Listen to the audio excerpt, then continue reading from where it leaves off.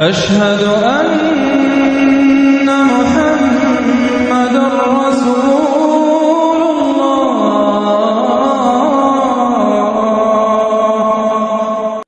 جو لوگ اللہ پر ایمان لائیں کہیں کہ ہمارا رب اللہ ہے، پھر اس پر جم جائیں، ان پر فرشتوں کا نزول ہوتا ہے۔ نہ کوئی غم کرو نہ خوف، خوشیاں مناؤ جنت کی جس کا تم سے وعدہ کیا گیا تھا۔ اللہ کی ربوبیت پر اطمینان جب انسان کو ہو جاتا ہے، میرا رب اللہ ہے، ربی اللہ، انسان کے لیے نہ کوئی کھٹکا، نہ کوئی خطرہ، نہ کوئی خوف، نہ کوئی حزن۔ جو کچھ ہو رہا ہے کس کے اذن سے ہو رہا ہے؟ اللہ کے اذن سے۔ اللہ کے اذن کے بغیر پتہ تک نہیں ہلتا۔ یہ کوئی اندھا بہرا مادہ نہیں ہے جس سے مجھے کوئی خوف ہو۔ اندھا بھینسا چلا رہا ہو اس سے تو ڈرنے کا ہر انسان کو ڈرنا چاہیے، نہ معلوم کس کو ٹکر مار دے۔ لیکن نہیں، اس کائنات کو چلانے والا ایک سمیع و بصیر خدا ہے۔ وہ جو میرا دوست ہے، میرا ولی ہے، اللہ ولی الذین آمنوا یخرجہم من الظلمات الی النور۔ اللہ اہل ایمان کا ولی ہے، ساتھی ہے، پشت پناہ ہے، مددگار ہے، حمایتی ہے۔ بتائیے جسے یقین ہو جائے کہ اللہ میرا مددگار، اللہ میرا محافظ، اللہ میرا پشت پناہ، اللہ میرا حمایتی، اس کے لیے کوئی خوف ہوگا؟ اسے کوئی ڈر ہوگا؟ میں مثال دیا کرتا ہوں ایک بہت سادہ، پنجاب کے دیہات کی۔ تو بڑا چودھری ہے اور کوئی غریب کسان ہے۔ اس غریب کسان کی یہ جانوروں کو ہر وقت اندیشہ ہوگا چوری کا، کوئی میری بھینس کھول کر نہ لے جائے، کوئی میرا بیل کھول کر نہ لے جائے۔ لیکن جس کے بارے میں یہ سب کو معلوم ہو کہ وہ جو بڑا چودھری ہے وہ اس کا دوست ہے، اس کی بچیا کو کوئی خوف ہوگا؟ اس کی بھینس پر کوئی ہاتھ ڈالے گا؟ اسے کوئی اندیشہ ہوگا؟ نہیں۔ کیوں؟ کہ وہ بڑا چودھری، بڑا اس کا یہاں کا سردار، جاگیردار، سب کو معلوم ہے وہ میرا دوست ہے، کوئی میرے خلاف اقدام نہیں کر سکتا۔ اس دنیا میں یہ چھوٹی سی بات اگر آپ کے دلی اطمینان اور سکون کا باعث بن سکتی ہے تو ذرا تصور کیجئے۔ میں لفظ تصور استعمال کروں گا صرف اس لیے کہ اس کا ہم جس کو کہتے ہیں ادراک اور شعور کر نہیں سکتے، اگر کے ساتھ کر سکتے۔ اگر یقین ہو کہ اللہ میرا مددگار اور یقین ہو کہ اللہ ہر آن میرے ساتھ ہے، پھر کوئی خوف؟ کس کا خوف؟ کوئی شے اللہ سے بالاتر ہے؟ کوئی قوت اس سے زیادہ طاقتور ہے؟ کوئی اس کے ارادے کو بدلنے والا ہے؟ کوئی اس کی مشیت کے آڑے آنے والا ہے؟ یہی بات ہے جو حضور نے فرمائی۔ یہ ایمان کا حاصل ہے لب لباب، کہ دیکھو اچھی طرح اس بات کو ذہن نشین کر لو، اگر تمام انسان مل کر تمہیں کوئی نقصان پہنچانا چاہے نہیں پہنچا سکتے مگر جو کچھ اللہ نے لکھ دیا ہو، اور تمام انسان مل کر تمہیں کوئی نفع پہنچانا چاہے نہیں پہنچا سکتے مگر وہ شے جو اللہ نے طے کر دی ہو۔ آپ پھر میں کہوں گا ذرا طاری کیجئے، اسے فرض کیجئے، اسے سوچئے۔ اگر اس حدیث پر ہمارا دل ٹھکا ہوا ہو تو کسی سے ڈر ہوگا؟ یہ مجھے نقصان نہ پہنچا دے، یہ میری رپورٹ خراب نہ کر دے، یہ میری انکریمنٹ نہ رکوا دے، یہ میرا یہ نہ بگاڑ دے، یہ میرا یہ نقصان نہ پہنچا دے۔ اس کا ڈر، اس کا ڈر، اس کا خوف، اس کی خوشامد، اس کے لیے جا کر طرح طرح سے اپنی عزت نفس کو ذلیل کروانا اس کے سامنے، یہ سب کچھ کیوں کرتا ہے انسان؟ جب سمجھتا ہے کہ اس کے ہاتھ میں میرا کوئی نفع ہے، اس کے ہاتھ میں میرے لیے کوئی ضرر ہے، یہ مجھے کوئی غضب پہنچا سکتا ہے، یہ مجھے کوئی نقصان پہنچا سکتا ہے، یہ میرا کوئی کام بنا سکتا ہے، یہ میری کوئی ضرورت پوری کر سکتا ہے، اسی کا نام شرک ہے۔ جہاں آپ نے یہ سمجھا کہ غیر اللہ کے اندر کوئی طاقت موجود ہے وہی شرک ہے۔ بتوں سے تجھ کو امیدیں، خدا سے نو امیدی، مجھے بتا تو صحیح اور کافری کیا ہے؟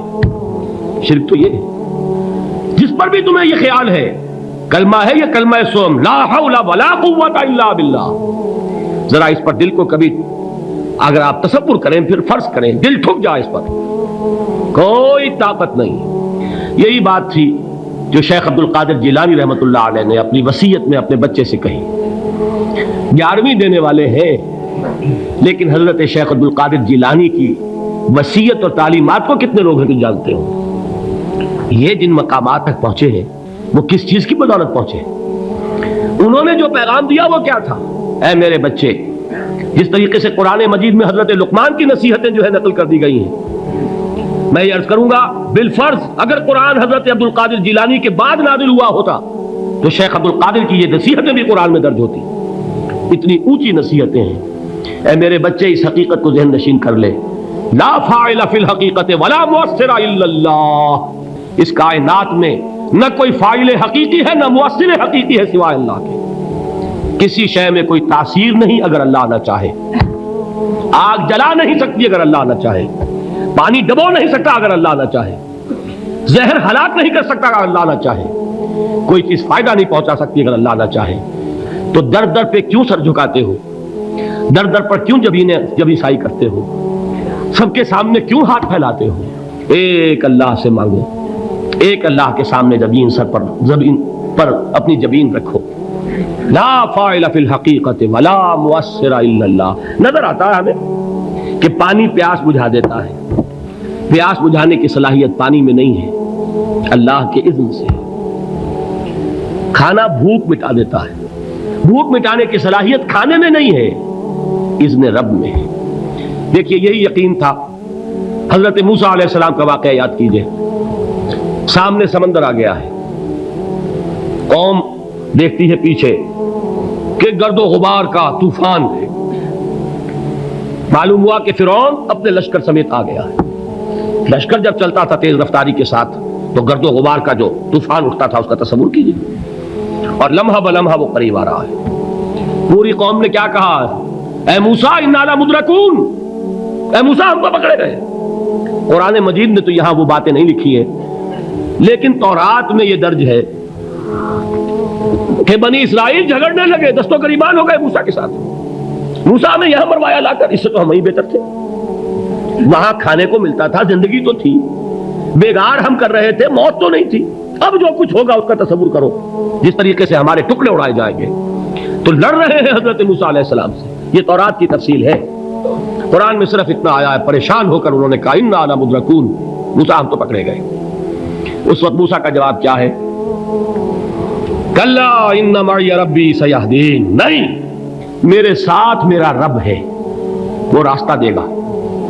بتائیے کہاں راستہ نظر آ رہا ہے؟ یہ ہے ایمان بالغیب۔ راستہ نظر نہ آئے تب اللہ پر یقین ایمان ہے، جیب میں پیسے ہوں اور تب دل کو اطمینان ہے، تو ایمان کس پر ہوا؟ پیسے پر، اللہ پر نہیں۔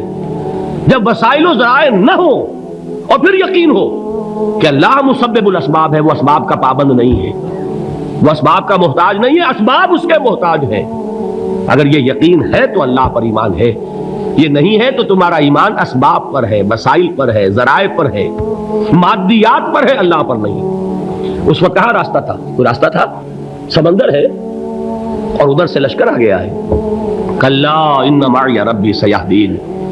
اب دیکھیے ایمان کہہ دینا آسان ہے، ہوا معکم اینما کنتم، جہاں کہیں بھی تم ہوتے ہو اللہ تمہارے ساتھ ہوتا ہے، لیکن اس کا یقین قائم ہو جائے تو زمین و آسمان کا فرق واقع ہو جائے۔ یہی بات ہوئی حضور کے ساتھ۔ غار ہے، چھپے ہوئے ہیں محمد رسول اللہ اور آپ کے وہ یار غار ابو بکر صدیق رضی اللہ تعالی عنہ۔ اقبال نے حضرت ابو بکر کی شان میں چند اشعار کہے صرف، لیکن واقعہ یہ ہے کہ بھاری بھاری نظموں پر اور قصیدوں پر بھاری ہے، طویل ترین نظمیں اور قصیدے ہوں ان پر بھاری ہے۔ ہمتیں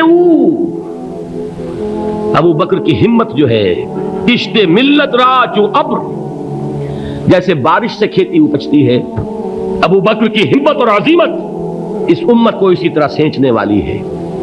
ثانیے اسلام و غار و بدر و قبر، وہ دوسرے تھے اسلام میں، دوسرے پہلے کون تھے؟ انا اول المومنین، حضور فرماتے ہیں سب سے پہلا ایمان لانے والا میں، دوسرے ابو بکر۔ ویسے ہمارے ہاں یہ چلتا ہے اختلاف، حضرت علی پہلے ہیں کہ حضرت ابو بکر پہلے ہیں، لیکن اس میں بڑی خوبصورت تطبیق قائم کی ہے علماء نے اور بہت صحیح ہے۔ چار کے بارے میں فیصلہ ہی مت کرو کہ کون پہلے ہے، ان کی ایک عجیب تقسیم کر دی ہے۔ آزاد مردوں میں، بالغ مردوں میں سب سے پہلے ابو بکر، بچوں میں سب سے پہلے علی، خواتین میں سب سے پہلے خدیجہ، اور غلاموں میں سب سے پہلے زید ابن حارثہ۔ بڑی پیاری تقسیم ہے، یہ چاروں ہی پہلے ہیں، ہر ایک کے لیے اولیت ہے۔ اور واقعہ یہ ہے کہ اگر زمانی اعتبار سے تعین ہوگا تو پہلے خدیجۃ الکبریٰ آئیں گی رضی اللہ تعالیٰ عنہ۔ کسی اور سے بات کرنے کی نوبت بعد میں آ سکتی ہے، پہلے تو اہلیہ محترمہ سے بات ہوئی، آتے ہی پہلی وحی ہوئی ہے، ابھی تبلیغ کا حکم نہیں تھا۔ کس کو بتایا واقعہ؟ ابھی اپنی نبوت کی تبلیغ کا تو حکم ہی نہیں آیا۔ واقعہ کس کا ہے؟ وہ خدیجہ کا ہے۔ جب کہا ہے کہ خشیت علی نفسی، مجھے اپنی جان کا اندیشہ ہے، تو کیا جواب دیا خدیجہ نے رضی اللہ تعالی عنہا؟ وہ صدیقۃ الکبریٰ ہے۔ صدیقات جو ہے خواتین، ان میں چوٹی پر خدیجۃ الکبریٰ ہے رضی اللہ تعالی عنہا، اور صدیق جو مرد ہیں ان میں صدیق اکبر ہے ابو بکر صدیق رضی اللہ تعالی عنہ، لیکن صدیقات میں چوٹی پر۔ جب حضور نے فرمایا خشیت علی نفسی، کیا فرمایا، کیا عرض کیا، کیسے تسلی دی؟ نہیں، اللہ آپ کو ضائع نہیں کرے گا، آپ غریبوں کے ہمدرد ہیں، آپ مساکین کے تکالیف رفع کرنے والے ہیں، آپ بیواؤں کی سرپرستی کرتے ہیں، آپ مسافروں کی خدمت کرتے ہیں، اللہ آپ کو ضائع نہیں کرے گا۔ یہ یقین ہے اس خاتون کے اندر۔ خیر وہ ایک علیحدہ بات ہو جائے گی۔ میرے دل پر حضرت خدیجہ رضی اللہ تعالیٰ عنہ کی شخصیت کا بڑا گہرا نقش ہے، جو وہ کوئی اور ہی وقت اور موقع ہوا تو بیان ہوگا۔ بہرحال اقبال نے ایک مصرے میں جو 4 اولیتیں جمع کر دی ہیں، ہمتیں او کشت امت را چو ابر، ثانی اسلام و غار و بدر و قبر۔ اسلام میں حضور کے بعد پہلے کون؟ ابو بکر۔ غار میں حضور کے ساتھ کون؟ ابو بکر۔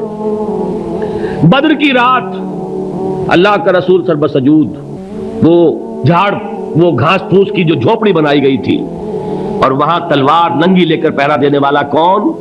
ابو بکر۔ اور اس حجرہ عائشہ میں محمد کے بعد سب سے پہلے دفن ہونے والا کون؟ ابو بکر رضی اللہ تعالیٰ عنہ صلی اللہ علیہ وسلم۔ وہ جو معاملہ میں سنا رہا تھا غار ثور کا، حضرت ابو بکر بھی حضور کے خیال سے لرز گئے ہیں۔ آپ کو یاد ہوگا کہ جا کر پہلے تمام جتنے سوراخ تھے انہیں بند کیا ہے، ایک سوراخ رہ گیا تھا جس کو بند کرنے کے لیے کوئی کپڑا نہیں تھا، وہاں اپنی ایڑی رکھی ہے، تب کہا ہے حضور سے تشریف لائیے، اور اپنے زانو پر حضور کو لٹایا ہے، اور وہاں کسی موذی جانور نے کاٹا ہے، حضور کی آنکھ لگ گئی تھی، اس وقت اس بل کے اندر جو بھی بچھو ہے کیا ہے واللہ عالم، اس نے کاٹا ہے، اس کی تکلیف کی وجہ سے ابو بکر کی آنکھوں سے آنسو ٹپک گئے، حضور کے چہرے مبارک پر پڑے ہیں، تو حضور جاگے ہیں، معاملہ کیا ہے؟ ایڑی نہیں ہٹائی وہاں سے، مبادا وہ جانور وہاں سے نکل کر محمد الرسول اللہ کو کوئی گزن پہنچا دے، ابو بکر کی ایڑی ہے، جس طرح چاہے کھا لے، ختم کر دے، جان نکل جائے تب کوئی آنچ آئے محمد پر تو آئے، لیکن جیتے جی نہیں۔ وہ ہے ابو بکر حضور کے خیال سے۔ اس وقت حضور نے پھر اپنا لعاب دہن لگایا ہے، اور اس سے پھر آپ کی تکلیف ختم ہوئی۔ جیسے خیبر میں حضرت علی کی آنکھ دکھ رہی تھی، اس کو جو شفا حاصل ہوئی ہے وہ بھی حضور کے لعاب دہن سے ہوئی۔ تو بہرحال اس وقت انہوں نے کہا ہے کہ اے نبی یا رسول اللہ، اگر اس وقت ان میں سے کسی نے غیر ارادی طور پر بھی اپنے قدموں کی طرف جھانک لیا تو پکڑے جائیں گے۔ کیا جواب تھا اللہ کے رسول کا؟ لا تحزن ان اللہ معنا، اللہ ہمارے ساتھ ہے، کیوں گھبراتے ہو ابو بکر؟ یہ ہے ایمان باللہ، میرا مالک اللہ، میرا رازق اللہ، میرا محافظ اللہ، میرا مددگار اللہ، میرا پشت پناہ اللہ، میرا دوست اللہ۔ یہ دوستی ہے اللہ کی جو لب لباب ہے، حاصل ہے ایمان کا، اسی کا نام ولایت ہے۔ اولیاء اللہ کے سروں پر سینگ نہیں ہوتے، جس کے دل میں ایمان راسخ ہو چکا ہو وہی اللہ کا ولی ہے، جسے اللہ پر یقین ہو چکا ہے وہی اللہ کا ولی ہے، جسے یقین ہے اللہ میرے ساتھ ہے، میرا مددگار، میرا پشت پناہ، میرا ساتھی، میرا دوست، میرا محبوب، میرا محب۔ اللہ اہل ایمان سے محبت کرتا ہے۔ واللہ یحب الصادقین، ان اللہ یحب الذین یقاتلون فی سبیلہ صفا کانہم بنیان مرصوص۔ اللہ محبت کرنے والا، اہل ایمان محبوب، اور اہل ایمان محبت کرنے والے اللہ محبوب۔ والذین آمنوا اشد حبا للہ۔